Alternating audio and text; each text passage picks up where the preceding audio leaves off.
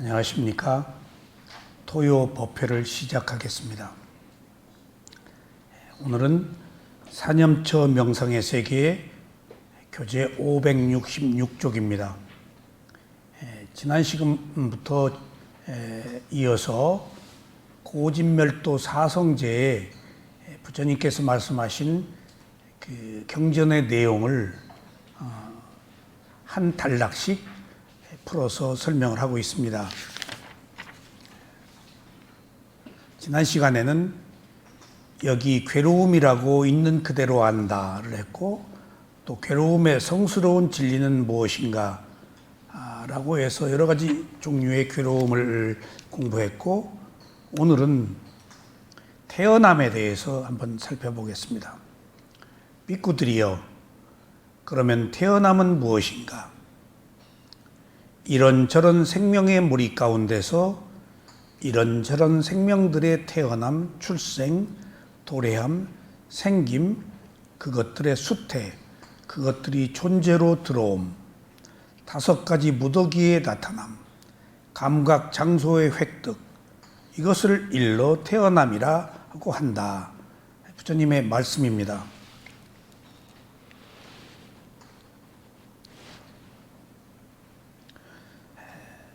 이것을 일러 태어남이라고 한다라고 할 때, 이런저런 태어남이란 모든 생명들이 인간이나 천상이나 기타의 세계에서 태어나는 것을 말합니다. 생명에 존재하는 세계는 31개인데요. 지옥, 축생, 아귀, 아수라, 그 다음에 인간계, 그 다음에 인간계 위에 욕계, 천상 6개, 색계, 무색계 해서 31개입니다. 부처님이 밝히신 내용입니다. 그래서 이것을 지옥, 축생, 아귀, 아수라는 사악도라 그러고, 인간은 중간층에 있어서 행복과 불행을 함께 경험하고, 그 뒤에 인간 위에 있는 천신, 욕계 천상, 색계, 무색계 천상이 합쳐서 31개입니다. 그러니까 부처님의 가르침에 의하면은 우리가 눈에 보이는 축생은 있는지 알겠지만은 그 외에는 상상의 세계입니다. 부처님이 자세하게 그 세계를 밝히셨습니다. 그래서 흔히 말하는 천국과 지옥은 확실히 있다는 사실 여러분들 꼭 아셔야 되겠습니다. 지옥에서는 위를 보지 못합니다. 축생, 아귀, 아수라의 세계를 못 봅니다. 그런데 인간 위에 있는 천상의 세계에서는 인간을 다 봅니다. 근데 한 가지 중요한 사실은 욕계 천상에 사는 천신들은 인간 세계에 와가지고 부처님하고 질문을 하고 답변을 듣고를 많이 하는데, 색계, 무색계 천상의 천신들은 인간계로 잘 안 내려오려고 한답니다. 경전에 있는 내용인데, 주석서에 있는 내용인데, 그 이유인 즉슨 여러분들이 수행을 해서 집중을 하면 사마디가 생깁니다. 그럼 사마디가 생기면 고요함이 있기 때문에 혼란을 두려워합니다. 혼란을 피해요. 그래서 누구 그 거친 사람, 거친 일에 휩쓸리지를 않으려고 합니다. 수행하는 과정에서도 약간 집중이 되어서 더 높은 정신세계로 갈 때는 스승들이 대화를 하지 말라고 그럽니다. 그리고 저도 체험해 보니까 밖에 무슨 일이 있어서 나가자고 그러면은 수행할 때 그럼 밖이 궁금하잖아요. 또 외국인들은 밖에 나갈 수도 없고, 그래서 늘 나가고 싶어 하는데, 어느 날 조금 집중이 돼 있는데 한국 사람 통역을 해주는 스님이 밖에 나가서 짐 좀 들어달라고. 그런데 제가 거절을 했습니다. 그러니까 사마디가 깨질까 봐서. 또 어느 경우에는 시장에 갔는데 비구가 물건을 들고 다닐 수가 없으니까 여기 앉아 있으라고 그러더라고요. 그래서 은행 계단에 네카타이 그 방석을 펼치고 앉아서 시장 속에서 혼자 명상을 했어요. 더 잘 되더라고요. 그래서 그 밖에 나가려고 하지 않은 것은 제가 집중이 깨질까 봐서, 혼란할까 봐서. 그래서 색계 무색계 천신들이 인간계에 내려오지 않으려고 한다는 저희 스승의 말씀을 공감한 이유는, 내려오면 인간 세계가 혼란하기 때문에, 거칠기 때문에, 선정은 닦아진 세계거든요. 고요함이 있는 세계라고요. 근데 인간계는 얼마나 복잡해요. 그러니까 여기 와서 물들까 봐서, 혼란을 느껴서 괴로움을 느낄까 봐서 오기를 기피한대요. 그런 이야기를 듣고 우리가 수행을 할 때에도 고요함이 생기고 선정을 얻었을 때에는 제가 밖에 나가는 것을 두려워하고 스승들이 또 누구하고 대화하지 말라고 하는 이유들이 거기 있구나 하는 것을 느꼈습니다. 어쨌든 태어남이란 31개의 존재의 세계가 있다는 것, 그 외에 어디에서든지 반드시 태어납니다. 오직 아라한이 되어서 윤회가 끝난 사람만 태어남이 없습니다. 윤회가 끝나면은 어느 특별한 다른 세계에 계시는 게 아니고 있다 없다라는 것을 떠납니다. 원인이 없어서 결과가 없다. 태어날 원인이 없어서 태어나는 결과가 없다라고 해석해야 됩니다. 그러니까 안 태어났다, 태어났다 라고 말하면 자아가 있는 것을 인정하는 것이기 때문에 반드시 그때 부처님의 경우는 태어날 원인이 없어서 태어남이 없다, 원인과 결과로밖에 해석해서는 안 됩니다. 그 외에 다른 해석을 안 됩니다. 그럼 부처님의 마음은 어떤 마음일까요? 단지 작용만 하는 마음, 그러니까 좋아하고 싫어하지 않는 마음이라서, 집착이 끊어진 마음이라서 뭔가 매듭이 없고 굴절이 없어서 굴러갈 게 없어 버려요. 좋아하고 싫어하지 않는데, 그러니까 미래를 기약할 하등의 이유가 없어요. 그러니까 우리가 태어난다는 사실은 뭔가 맺혀 있다는 거예요. 뭔가 이루지 못한 것들을 구현하려는 간절한 염원이 있어서 태어나는 거예요. 선한 염원, 악한 염원이 똑같은 염원입니다. 그러니까 그런 것이 해결됐다. 해탈의 깨달음입니다. 그래서 부처의 마음을 단지 작용만 하는 마음이라고 해서 원인과 결과가 없는 마음, 좋아하고 싫어하지 않는 마음, 그겁니다. 그겁니다. 저도 미얀마에 수행을 할 때 제가 수행을 하다가 한국에 와서 몸을 조금 추스리고 또 갔는데, 가면 바로 비구개를 주시는데 비구개를 안 주세요. 기다리라고 그러고. 그래서 무슨 일이 있는가 보다 하고 한 달을 기다렸는데 또 비구개를 안 주세요. 제가 굉장히 스트레스를 받았어요. 그 스승이 늘 또 미얀마 스님과 달리 염주를, 손에 긴 염주를 들고 계시더라고요. 근데 들려오는 얘기가 초능력이 있대요. 스님이. 미얀마는 큰 스님 3분이 6개월씩 돌아가면서 수행을 지도하시거든요. 근데 그분 스님 차례인데, 제가 그 스님들을 돌아가면서 계속 수행 지도를 받았어요. 그러니까 3분이 돌아가면서 수행을 지도해도 똑같아요, 지도 내용이. 거기에 깜짝 놀랐어요. 안 달라요. 그러니까 훈련된 분들이세요. 조금 다를 수 있거든요, 사람마다 수행 얘기가. 거의 똑같아요. 그리고 특별한 경우에 조금 다른 것은 그럴 수도 있고 저럴 수도 있는 문제들이에요. 제가 이 스님한테 질문한 걸, 의문을 갖는 것을 다음 스님한테 질문은 조금 달라요.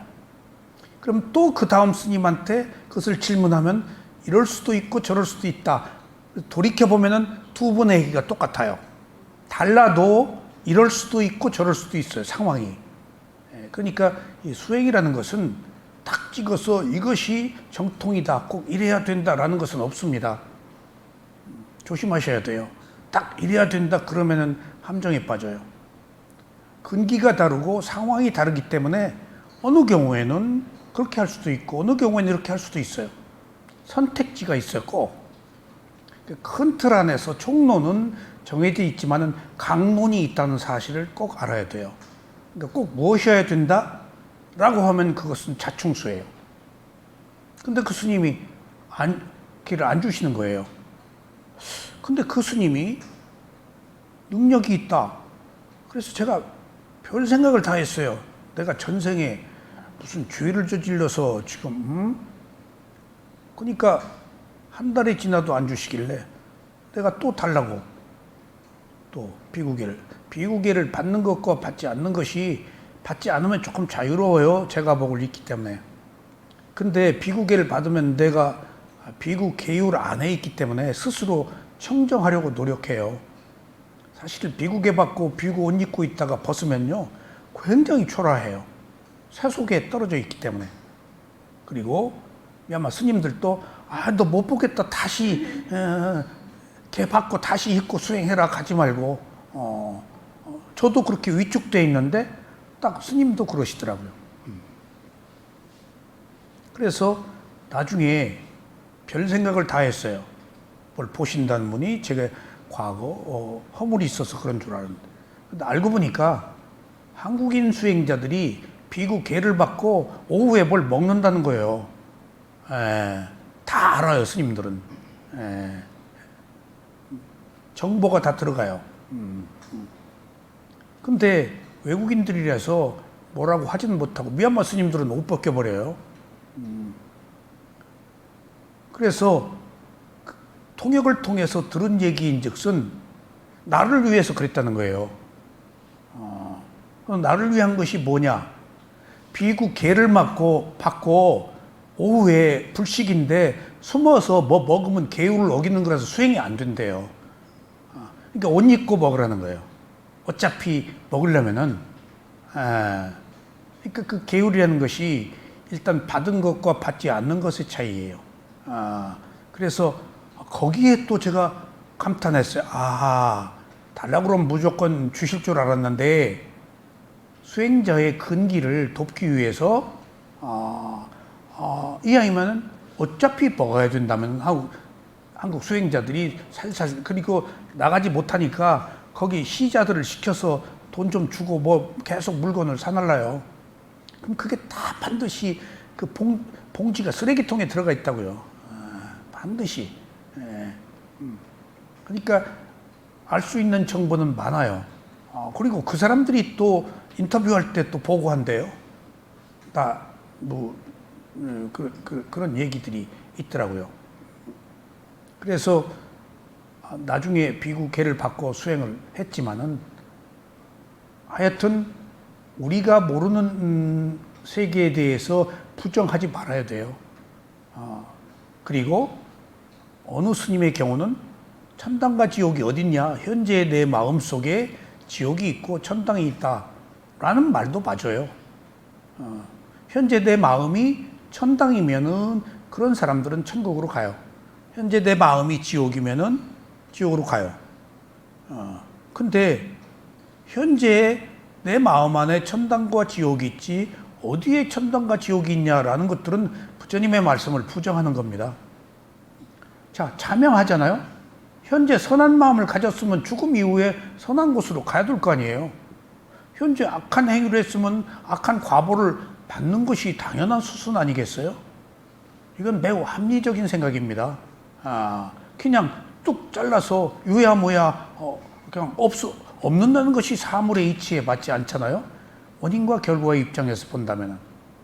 그래서 오늘 이런저런 생명의 물이라는 것이 31개의 존재의 세계가 있다는 사실, 그리고 반드시 헌대로 간다는 사실, 그리고 우리들이 하고 있는 일들을 천인에 관심이 있는 천인들은 보겠죠. 관심이 없는 천인은 안 보고 인간계에 늘 관심이 있는 천인들은 본다는 겁니다. 그런데 한 가지 또 중요한 사실은 천인들은 부처님한테 찾아와서 질문을 하는데 아직 깨달은 자가 아니기 때문에 이제 부처님이 깨달음을 얻고 4주째 됐을 때 아비담마 논장을 이제 완전히 터득하십니다. 존재에 대한 분석. 그때 4주째 됐을 때 빛이 나거든요. 천상에 그 빛이 다 전해져서 다 소문이 나버렸어요. 붓다가 출현한 것을. 그러니까 와서 이제 질문을 하는데 다양한 질문을 천신들이 한다는 사실. 그리고 천신들이 또 부처님을 하나같이 존경하는 것은 아니라는 사실. 왜? 천신도 나름대로 선정을 닦아가지고 선정이 아직 자아를 가지고 있는 상태거든요. 천신들이 에고가 많대요. 굉장히 이기적인 측면이 또 있대요. 고요함은 얻었는데 해탈은 아직 못한 사람들 있잖아요. 그러니까 그 계급별로 수행의 정도의 차이에 따라서 다양하기 때문에 부처님한테 와서 질문하는데 질문의 내용이 때로는 건방무진 질문, 또 겸손한 질문, 또 부처님을 우습게 깔고 뭉개는 질문, 부처님한테 와서 잘난 체하는 질문, 별하별 천신들의 질문이 다 있다는 사실을 알고 진짜 천당이 있네 이거 라고 제가 알았습니다. 그리고 그 천신들이 저희를 보고 있다는 사실. 그래서 저는 미얀마에 수행할 때에도 그것은 부처님이 좋아하는 일이다. 천신이 좋아한다는 얘기는 안 하시더라고요. 그 부처님이 좋아하시는 것이다. 그래서 제가 한번 질문을 해요. 부처님이 어디 계십니까? 아니, 살아 계신다면은 이라고 가정을 하더라고요. 부처님이 좋아하시는 것이다. 라는 이야기는 상징적으로 그것은 가르침에 합당한 일이다. 라는 그런 뜻이 되겠어요. 어쨌든지 보고 있다는 사실, 혼자 있다고 이상한 짓 하지 마요. 보고 있어요. 그래서 여러 가지 이렇게 생명들이 태어남이라고 말할 수 있습니다. 존재하는 세계는 모두 31개로 분류하는데 크게 나누면은 사악도, 지옥, 축생, 악귀, 아수라, 인간계, 욕계, 색계, 무색계의 태어남이 있습니다. 그 다음에 5가지 무더기의 나타남이란 다시 태어나는 순간에 오온이 생기는 것을 말합니다. 감각장소의 획득은 오온이 생겨난 순간에 감각 기반이 생기는 것입니다. 이런 모든 과정을 태어남이라고 합니다. 여기서 한 예를 들어 봅시다. 인간으로 태어나 죽죠? 죽는다고요. 생과 노사가 있죠? 태어나서 생과 노사, 12연기의 종착점 죽었어요. 그럼 그 생은 끝입니다. 그 생은. 근데 그 생이 가지고 있는, 그 존재가 가지고 있는 마음이 있잖아요. 그 마음에는 종자가 있어서 그 종자가 아직 못 다 푼 한이나 있단 말이에요. 풀어야 되잖아요. 염원이 있단 말이에요. 염력이 있단 말이에요. 바라는 마음이 있단 말이에요. 맺힌 한이 있단 말이에요. 그것이 태어나게 하는 동기예요.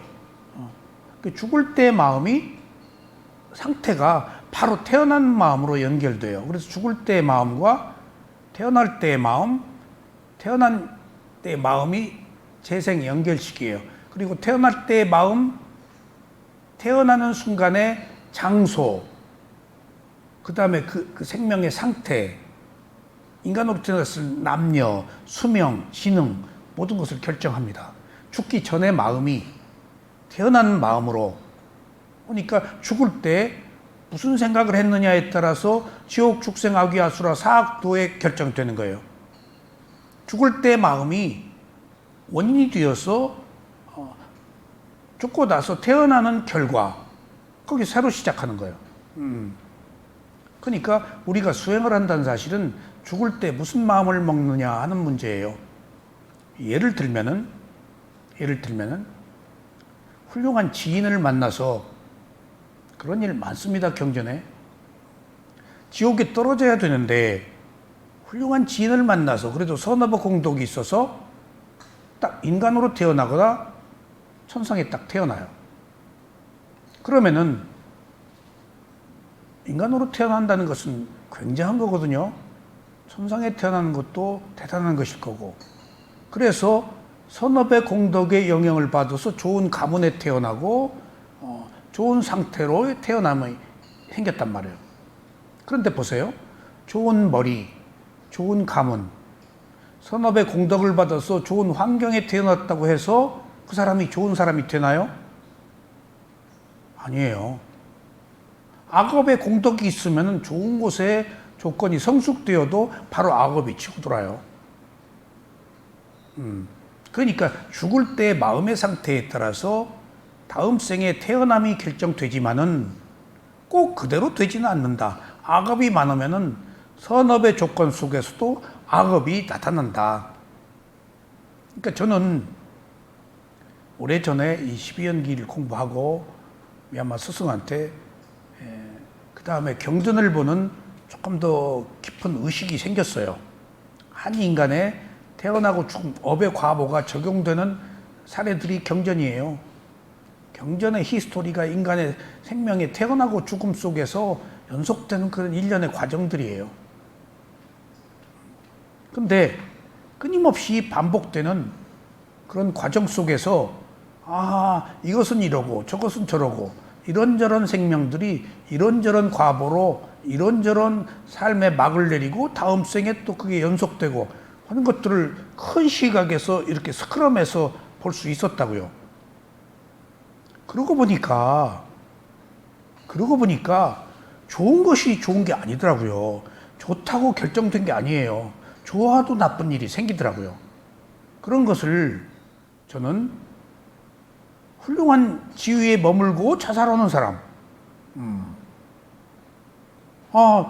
저 사람이 때가 선업으로 거기까지 올라갔는데 악업이 또 때가 되어서 또 그냥 하루아침에 낙엽처럼 떨어져서 흔적도 없이 사라져버린 그런 일들을 보고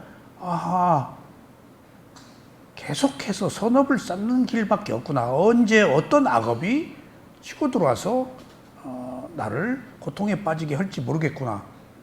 그래서 그런 극단적인 상황이 반전되는 사람들을 보고 저는 안타까워하고 하기보다도 업의 과보로 보고 올 것이 왔네 라고 저는 흔연하게 그런 것들을 이해합니다. 가령 예를 들어 봅시다. 뭐 좀 되려면은 요새 뭐 청문회라는 거 그런 거 있잖아요. 그러면 온갖 소시적 문제부터 뭐 까발려진단 말이에요. 그냥 별일 사돈네 팔촌까지 이제 그러면 그런 공격에 과연 그 떳떳한 삶을 산 사람들이 얼마나 될까요? 우리가 모르고 살았는데 그런 지위를 얻기 위해서 온갖 공격을 받는데 그냥 스스로 낙마해버리잖아요. 아이고 포기하고. 그러니까 마지막에 좀 좋아지려다가 똥친 막대기가 돼서 그냥 사회에서 매장되는 경우도 흔하잖아요. 그런 경우가 악업의 과보가 들어온 것이구나. 뿐더러 어떤 누가 좋은 기회를 맞았어. 그런데 온갖 사람들이 험구를 늘어놓고 깎아 때리고 없는 얘기를 만들어서 이렇게 할 때 제가 그 사람을 잘 아는 경우에 저 사람은 선업의 공덕을 많이 쌓았는데 무난할 것 같아. 평소에 선한 사람이었어. 그리고 이기적이지 않았어. 라고 하면은 혹여 잘못한 일이 있더라도 공덕이 많은 사람, 저 사람 통과하겠다. 제가 무슨 선견지명이 있고 뭘 보는 힘이 있어서 그런 게 아니고 그 사람이 평소에 행실 그런 걸로 봐서 저 사람은 괜찮겠네 라고 놓고 보면은 통과가 되더라고요. 그런 것을 놓고 보면은 결국은 서운한 게 존재의 세계에 태어나는 것이 우연이라는 것이 아니고 결코 필연이라는 사실, 한 대로 받는다는 사실, 그것을 우리가 다시 한번 되새겨야겠습니다. 여기서 5가지 무더기의 태어남이란 다시 태어난 순간에 오온이 생겨나는 것을 말합니다. 감각장소의 획득은 오온이 생겨난 순간에 감각기관이 생기는 것입니다. 이런 모든 과정을 태어남이라고 합니다. 여러분들, 지금 나를 설명할 때 나라고 그러잖아요. 당초부터 설명이 잘 못 돼 있어요. 나라고 할 때 지금 내가 먼저 전제가 돼 있잖아요. 내가 있다라는 것을 전제하는 거예요. 내가 있는지 없는지 모르는데 하여튼 나라고 먼저 하잖아요. 그럼 나라는 것부터 지금 잘못됐는데 시작이 잘못되어 있는 거예요. 내가 누구인가? 나는 누구인가? 근데 나 너라고 부르지 않을 수가 없으니까 먼저 나라고 합시다. 잘못되어 있더라도 명칭으로서의 나는 있을 거 아니에요? 그러면은 나는 누구인가요? 라마나 마하리시가 힌두교 공부하신 분인데 나는 누구인가? 그 책 내용 좋습니다. 다 그 책들을 읽고 정신세계의 크리슈나무르티, 라마나 마하리시 이런 사람들 책 읽고 우리는 어떤 정신세계의 의식을 고양시키려고 한때 했는데 전부 힌두교예요. 그게 불교 아니에요. 나준희 씨도 힌두교지 불교 아니에요. 나준희 씨만 유일하게 금강경 공부를 좀 했더라고요. 그 다음에 월플랄 라울라가 조금 대승을 옥스퍼드에서 공부를 했어요. 그리고 테라와다 상저불교 사람들이 여기 마하야나 대승을 공부할 이유가 없어요.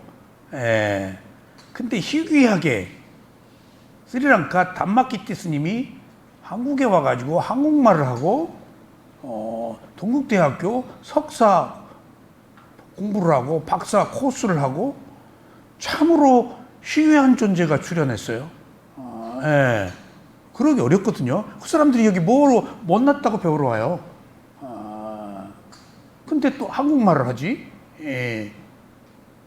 그래서 어쨌든지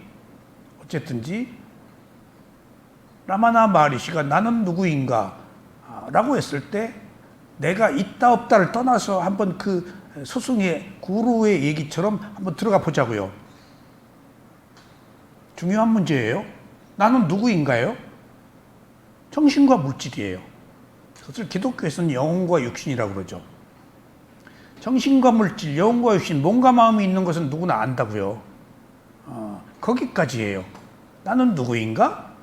그럼 몸과 마음이다. 뭐 특별한 것을 얻으려고 하지 마세요. 몸과 마음이다. 그것은 부처님이 얘기를 안 해도 다 알아요. 기독교에서는 영혼과 육신이라고 그러죠. 근데 그 이유는 몰라요. 그 이유는. 여기서 나에 대해서 구체적으로 우리가 바른 견해를 확립할 필요가 있습니다. 근데 부처님은 정신과 물질이다 라고 해놓고 다음 얘기를 했어요. 오온을 얘기를 했다고요. 오온. 거기서부터 이제 본격적으로 내가 해체되는 거예요. 오온을 얘기를 하셨다고요. 그럼 오온은 무슨 뜻으로 얘기를 했을까요? 오온. 5가지 색수사행식의 무더기들의 집합체. 거기에 2가지 의미가 있어요. 무더기들이다. 그러니까 자동차가 부속이 모여서 자동차이지 나라고 할 만한 것이 없다. 어떤 조건들의 결합이지 그거 하나하나 해체해 놓고 보면은 특별하게 여기에 나라고 할 것은 없다. 어떤 원인과 결과 조건들의 결합이다. 라는 의미가 있어요. 무더기들이라는 것이. 굉장한 해석이에요. 무더기들의 결합이다. 어떤 기계가 여러 가지 부속으로 모여서 하나의 기계라는 형태를 만들어서 작동한다. 어느 부속이 빠지면 그 기계가 아니다. 그러니까 어느 자동차 엔진이, 타이어가, 미션이, 핸들이, 브레이크가 그것이 자동차가 아니고 여러 가지 부속들이 모여서 자동차라고 하지 자동차라는 것은 원래 없다. 부속들의 결합이다 라는 것을 의미하는 게 무더기들이에요. 굉장한, 나는 누구인가에서 오온으로 들어가지 않으면 안 돼요. 쓸데없는 의문을 끝까지 가질 필요 없어요. 무더기들이다. 근데 그 무더기들이 무더기로 끝나는 게 아니고 색, 물질이 있고 식, 아는 마음이 있고 그 다음에 수상행이라는 것이 있다. 마음과 마음이 작용이 있다라는 것을 부처가 인류사에 처음 밝힌 거예요. 지금 분석을 한 거예요, 부처님이. 오온에 대해서. 근데 사람들이 다섯 가지 무더기들의 집을 집착한다라고 문제를 제기한 거예요, 지금. 집착한다. 왜? 나라고 알고 있기 때문에. 아까 나는 누구인가에서 나라고 알았잖아요. 그럼 조금 들어가서 온 다섯 가지 무더기들이 있잖아요. 그리고 수상행이라는 거, 마음과 마음의 작용이라는 것을 해체한 거예요. 부처가 아니면 이런 얘기를 못 해요. 그러면은 우리가 오온을 알았네, 무더기라고. 그리고 수상행이라는 것을 알았네. 알아서 뭐예요? 안 건 지식이에요. 아무 소용 없어요. 자동차 부속이라고 알아도 그 자동차를 나의 자동차라고 생각하는데, 오온이 색소상행식 무더기들의 모임이라고 알아도 이미 나는 나의 소유라고 하는 그런 견해에서 벗어나지 못하는데, 지식으로 무더기들이라고 알아도 무슨 소용이 있냐고요. 일단 부처님은 해체했어요. 오온으로. 사실은 무더기들 부속의 결합이다. 그럼 부처님이 나에서 정신과 물질로, 정신과 물질이 오온으로 갔단 말이에요. 그러니까 오온에서 다음 단계로 부처님이 뭘 밝혔어요? 오온이 무더기들이고 그 다음에 수상행 마음과 마음의 작용이 있다는 것을 밝힌 분석으로는 우리가 괴로움을 해결하지 못해요. 근본 원인을 알지 못해요. 다음에 부처님이 밝힌 것이 이제 본격적으로 분석이 아닌 수행이에요. 그 수행은 뭘까? 12처예요. 6가지 감각기관이 있다. 오온에는. 거기서부터 시작돼요. 오온은 해체, 분석이에요. 그럼 12처는 뭘까? 5가지 무더기들이 지금 정신과 물질이 오온으로 바뀌었지? 똑같아요. 그 나로부터 시작되는 거예요. 오온이 6가지 감각기관으로 바뀌었어, 이제. 여기서 6가지 감각기관이라는 사실을 부처님이 밝힌 이유는 이제 수행을 시작하라는 얘기예요. 오온은 분석이고, 수행을 어떻게? 안이비설신이라는 6가지 감각기관이 생겼어? 그러면 색성향 미촉법이라는 6가지 감각 대상이 있잖아. 그래서 12처 6가지 장소, 그 다음에 12가지 장소, 처가 장소거든요. 12가지 장소로 살고 있다는 거예요, 지금 우리가. 그 12가지 장소를 제시한 것은 몸과 마음을 가지고 살면서 생긴 문제는 몸과 마음에 답이 있는데 딴 데 가서 찾지 말아라. 몸과 마음을 가지고 살면서 생긴 문제는 몸과 마음에 답이 있는데 그 몸과 마음의 감각기관에 마음을 두고 번뇌를 차단해라, 그 말이에요. 안이비설신의에서 안이비설신의 문은 닫고 마음의 문만 열어놔라. 그냥 알고만 있어라. 알고 말고 봐도 알고 들어도 말고 그냥 맛있다 어쩌다 그냥 보고 예쁘다 밉다 뭐 소리 좋다 싫다 하지 말고 그냥 듣고 말고 하고 그것을 아는 마음만 열어놔라. 이게 본격적인 수행이에요.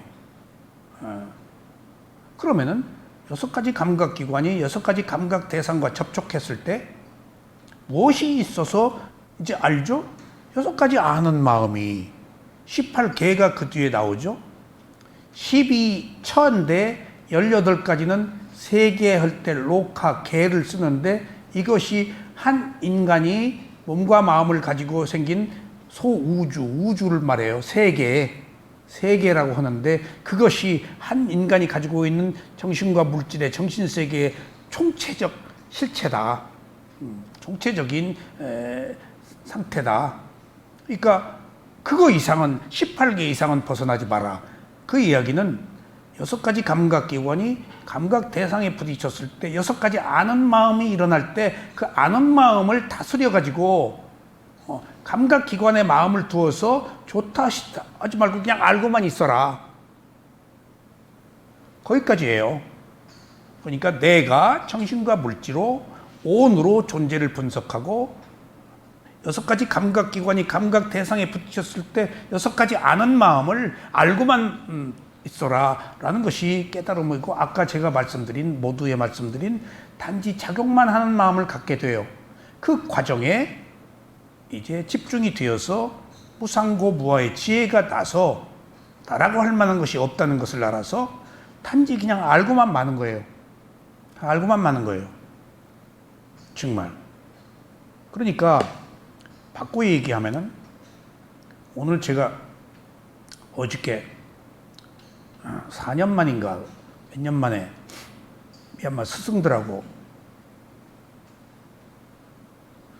인터뷰한 내용을 다시 녹취를 해서 조금 토를 달아서 올렸는데 스승의 말씀이 질문자가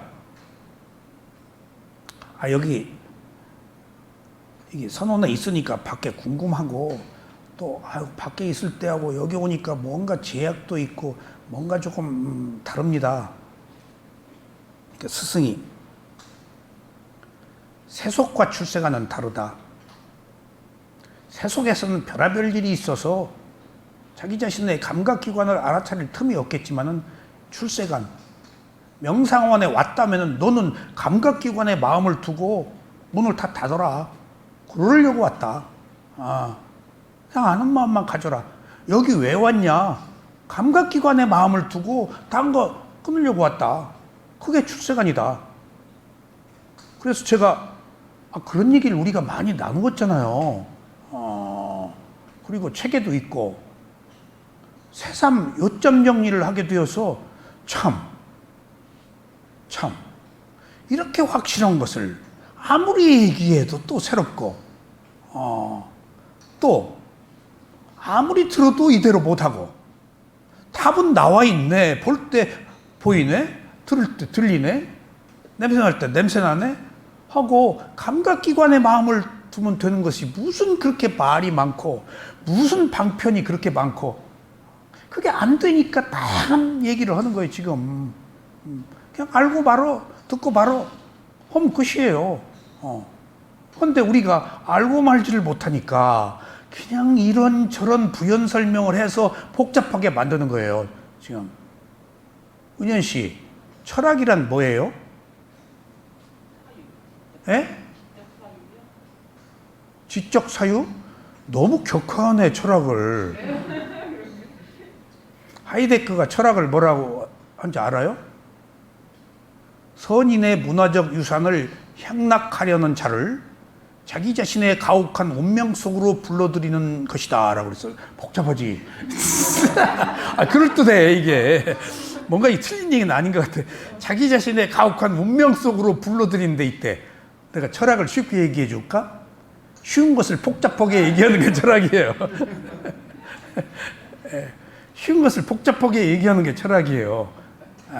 그 말인즉슨 우리가 쉬운 것을 쉽게 못 받아들여요. 있는 그대로 못 보잖아요. 벌써 우리가 각색해버린다고.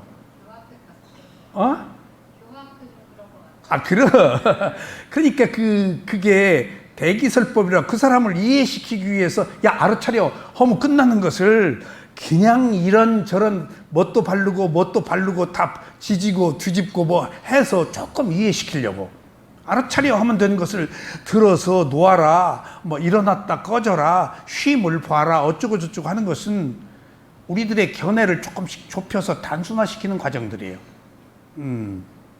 그러니까 바로 아무것도 아닌 내가 누구인가, 그것은 바로 18개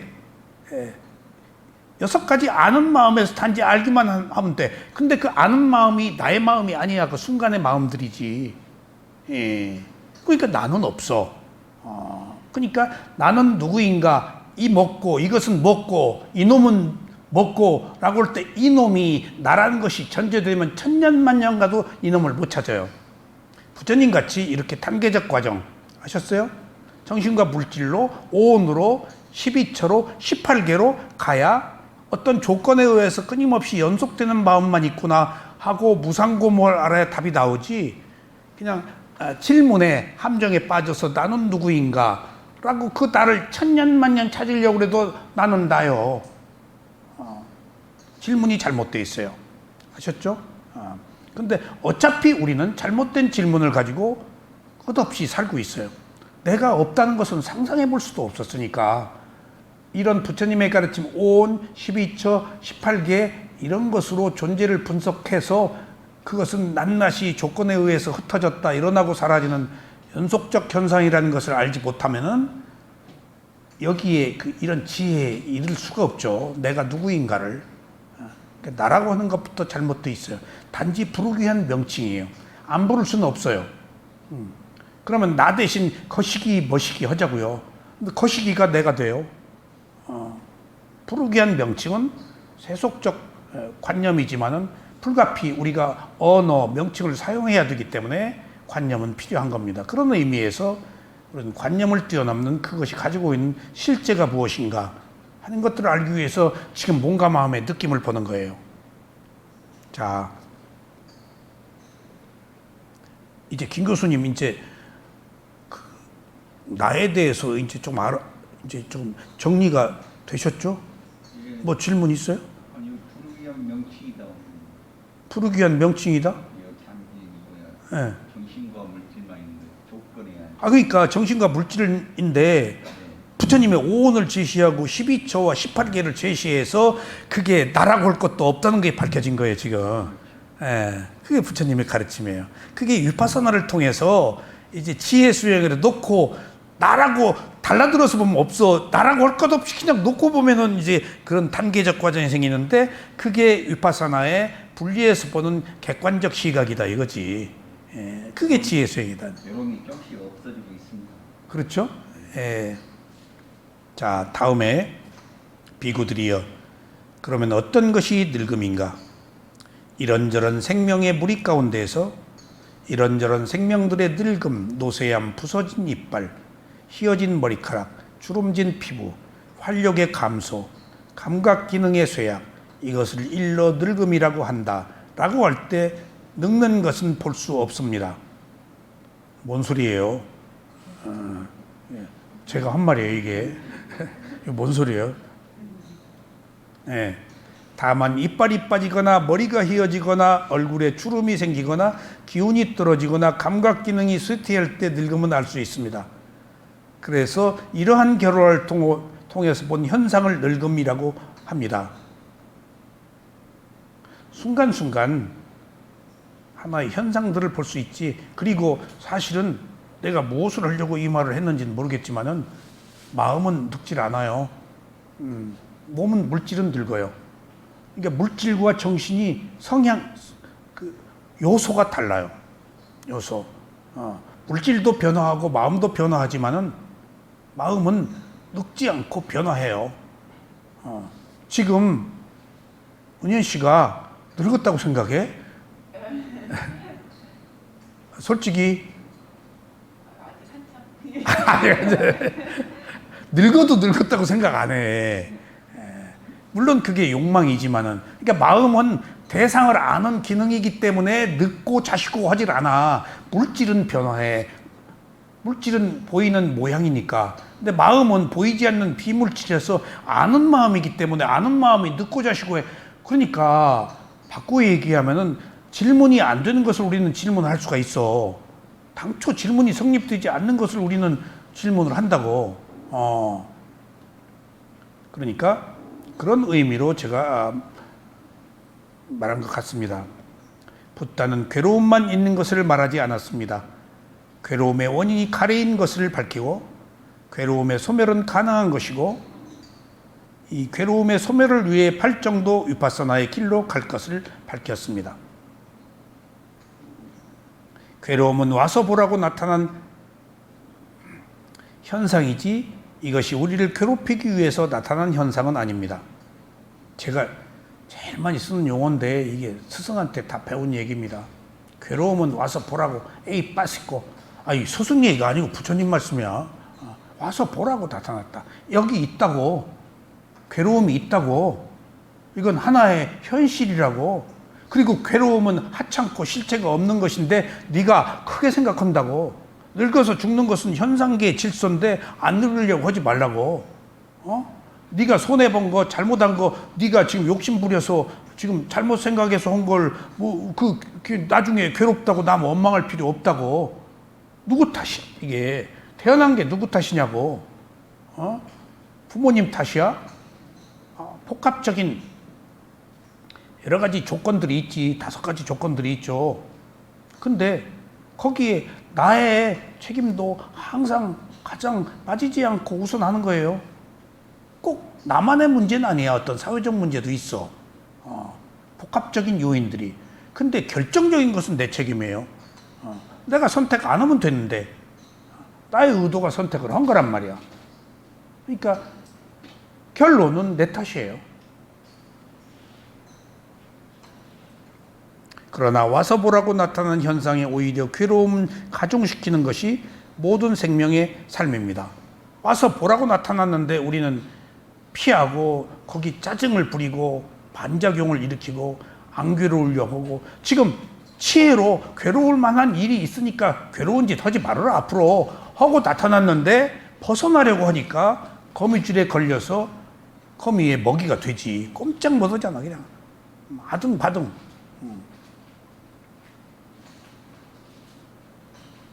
하지만 수행자는 와서 보라고 나타난 대상을 있는 그대로 보고 그 괴로움의 굴레에서 벗어납니다. 하지만은 우리는 괴로워하네, 괴로움이 있네 라고 놓고 볼 때 괴로움의 원인을 알아서 다음에 괴로울 일을 좀 안 하면 되지. 그리고 이미 괴로움은 생긴 결과인데 손해보면 되지. 손해보면 되지. 그러니까 우리들의 어리석음이라는 것이, 여러분들, 우리들의 어리석음이라는 게 뭘까요?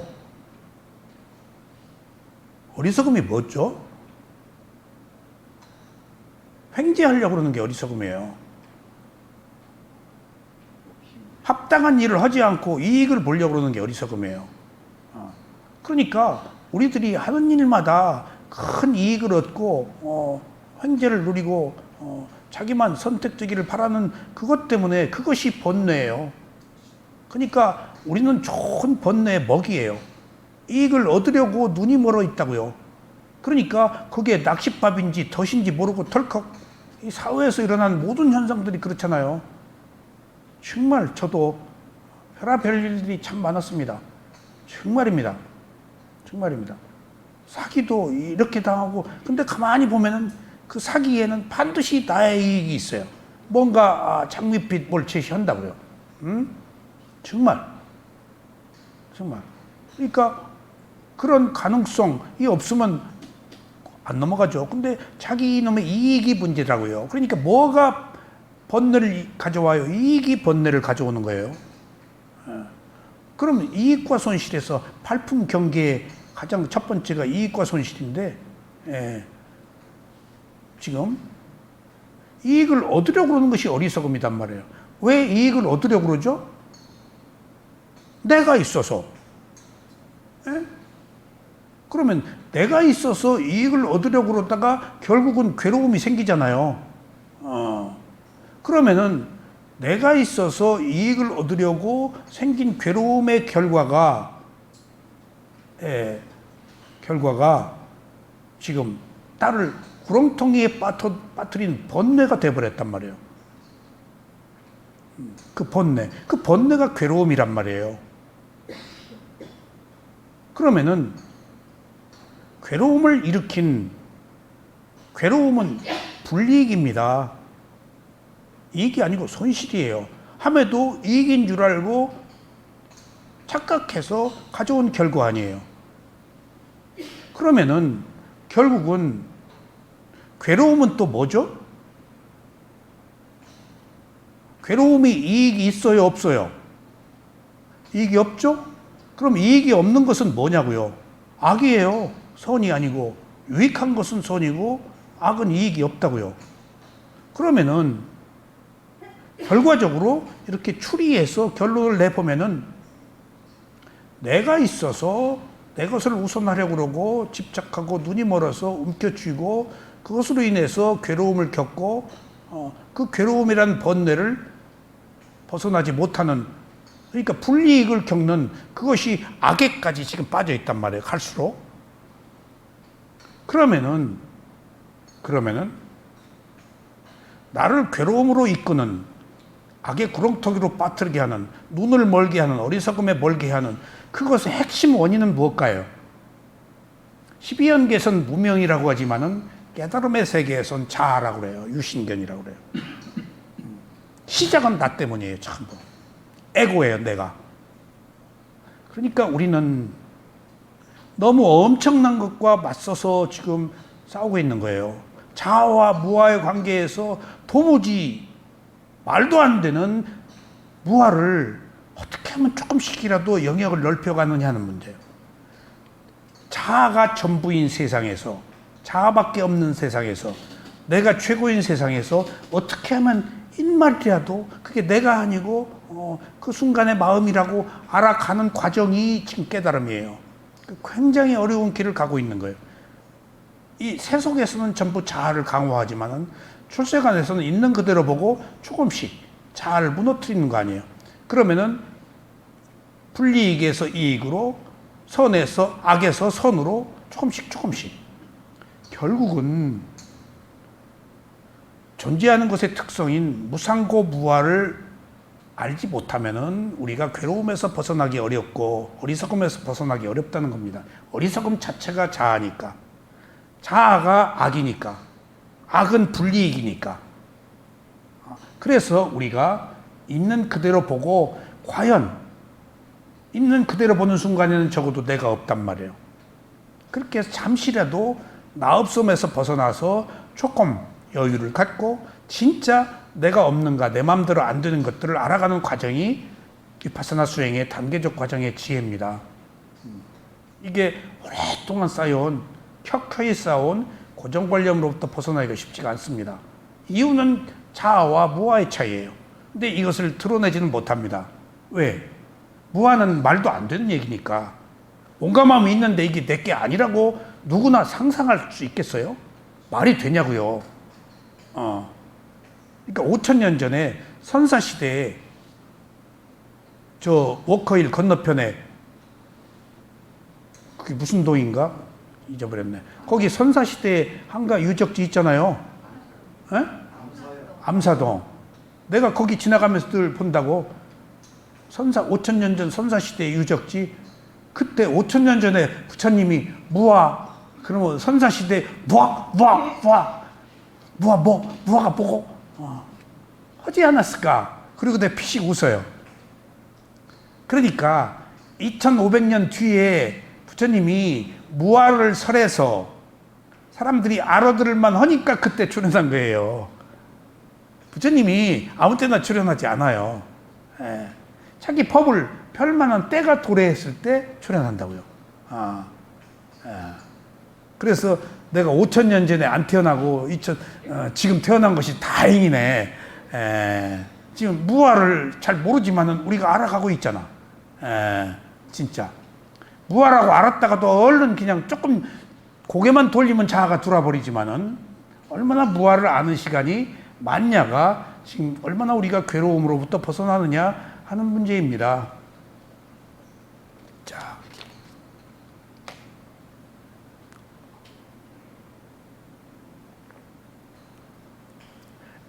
이게 앞에 나와야 되는데 제가 뒤에다가 썼네요. 모든 괴로움은 세 가지 종류로 나눕니다. 첫째는 일상적인 괴로움입니다. 이 괴로움을 심신의 괴로움이라고 하는데 고고성이라고 합니다. 아비담메 논장에서 자세하게 이건 밝혀져 있죠. 빨리어로 이것을 두카라고 합니다. 일상적인 괴로움은 보편적으로 인정되는 모든 괴로움을 말합니다. 정신적, 육체적인 괴로움과 생로병사, 슬픔, 비탄, 절망, 싫어하는 것과 만나는 괴로움, 좋아하는 것과 헤어지는 괴로움, 원하는 것을 얻지 못하는 괴로움이 모두 일상적인 괴로움입니다.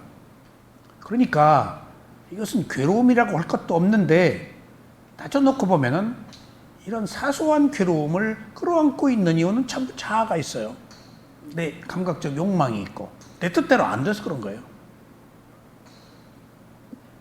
무상고무와의 이치로 보면은 이것은 한낱 괴로움이 아니고 실체가 없는 건데 우리는 모르기 때문에 실체가 없는 것, 하찮은 것, 실체가 없는 것을 엄청난 것, 확실히 실체가 있는 것으로 알고 있는 것이 괴로움이에요. 그러니까 지금 신기루 같은 거예요. 우리 괴로움은. 신실을 알고 보면 당연한 거예요. 잘못했으니까. 그래서 내가 자꾸 모든 일들을 업의 과보로 본다 그러잖아요. 어떤 슬픔, 비탄이 있을 때도 당할 만해 당했네. 미워하는 게 아니고 그걸 객관적인 시각으로 법의 눈으로 보자고요. 그러면은 슬픔, 비탄에 빠져서 애잔하게 슬퍼할 게 아니고 그것을 지혜의 눈으로 보아서 지금 안 괴롭도록 하면 되지. 그것을 얻자는 거예요, 지금.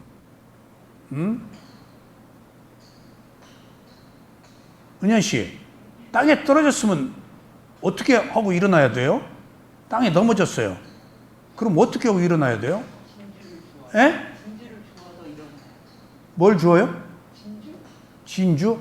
500원짜리 떨어졌나 보고 일어나야지. 땅에 넘어졌으면. 진주가 어디 있어, 땅에. 500원짜리가 진주예요. 재수 없으면 100원짜리 걸리고 10원짜리라도.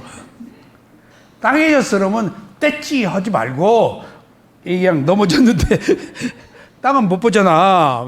뭐 500원짜리 없나? 내가 이 얘기를 왜 하는가 하면요. 학교 철봉 밑에 가서 이렇게 하면 동전이 많이 나와요. 이렇게 하면서 동전이 주머니에서 빠져요. 실제. 그 동네 철봉 밑에 가도 이렇게 한번 해봐요. 그 이야기는 넘어졌다는 것은 지금 문제이지만은 거기서 뭔가 발견하자는 거죠. 물속에 빠졌으면 어떻게 해요, 이제? 진주를, 진주 있나 보고 올라와야지. 그러니까 우리들에게 온 괴로움, 잘못된 그 결과는 거기서 반전시키려면 그것의 의미를 알자는 거예요. 왜 괴로웠는지. 그냥 괴로움으로 그치지 말고, 그러려면 괴로움을 있는 그대로 받아들여야 돼요. 일상적인 것이다, 이건. 누구나 겪는, 너나 없이. 제가 12연기를 공부하면서, 연기가 회전하고 있잖아요.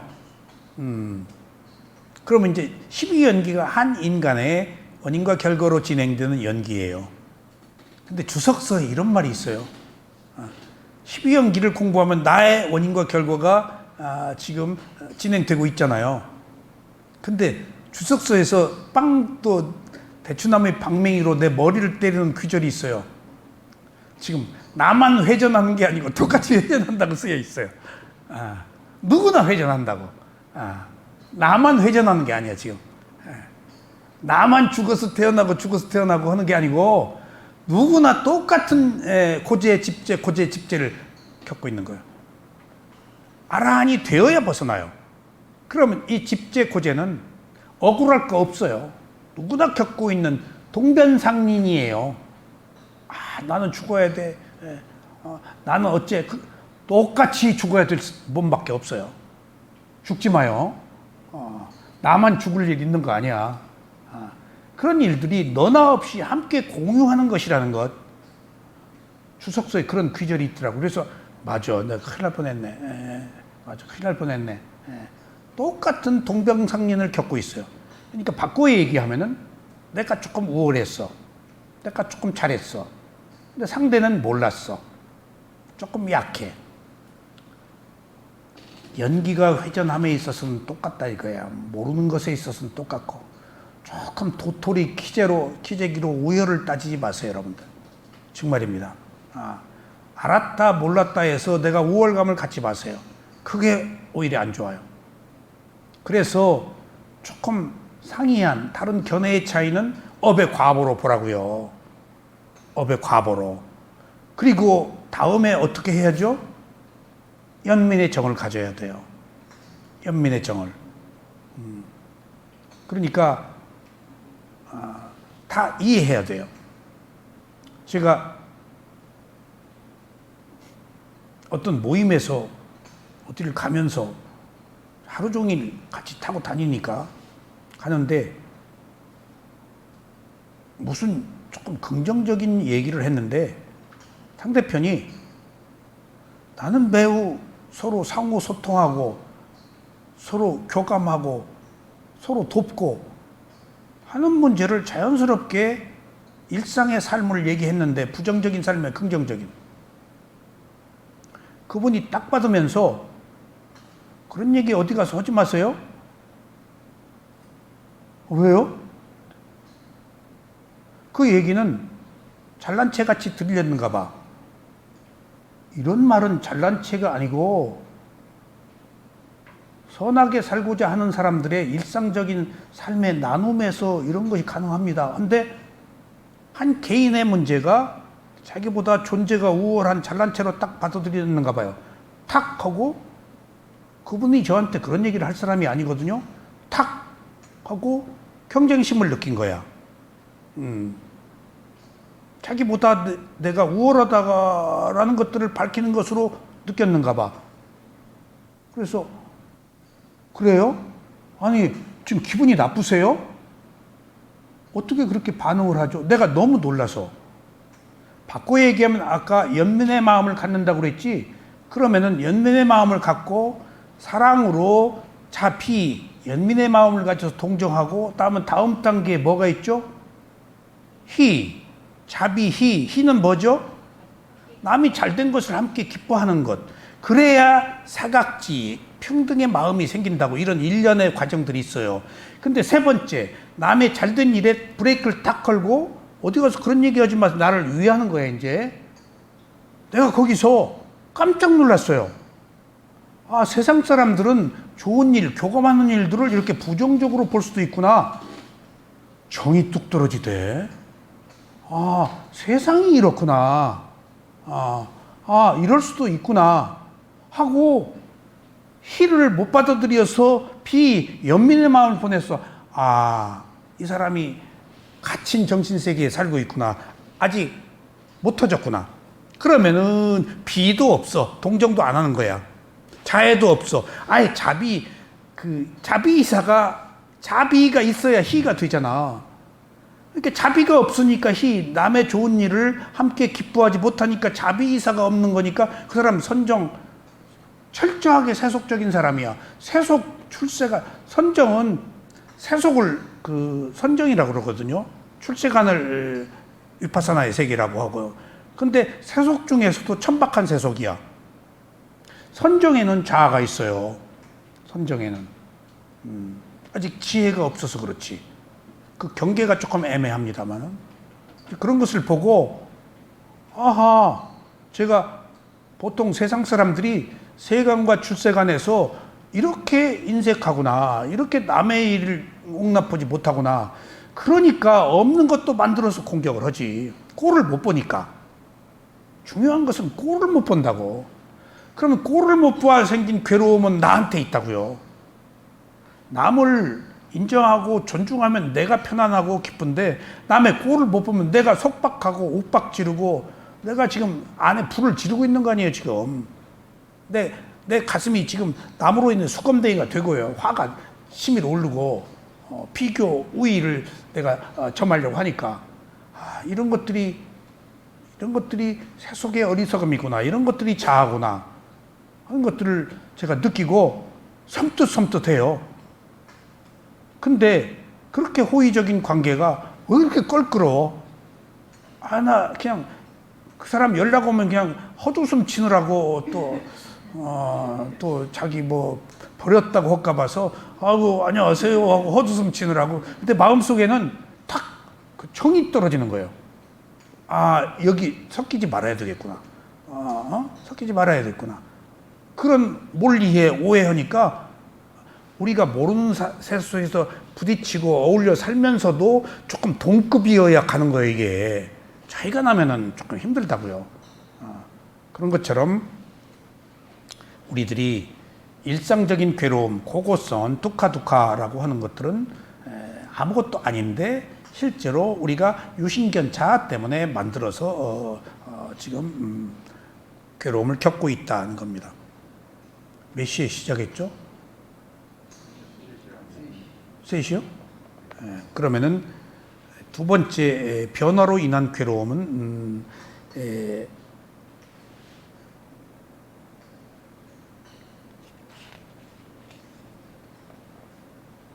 위파리나마 두카라고 그래서 어떤 변화, 무상으로 인해 온 괴로움 세 가지 중에 두 번째 괴로움은 다음 시간에 말씀드리겠습니다. 감사합니다.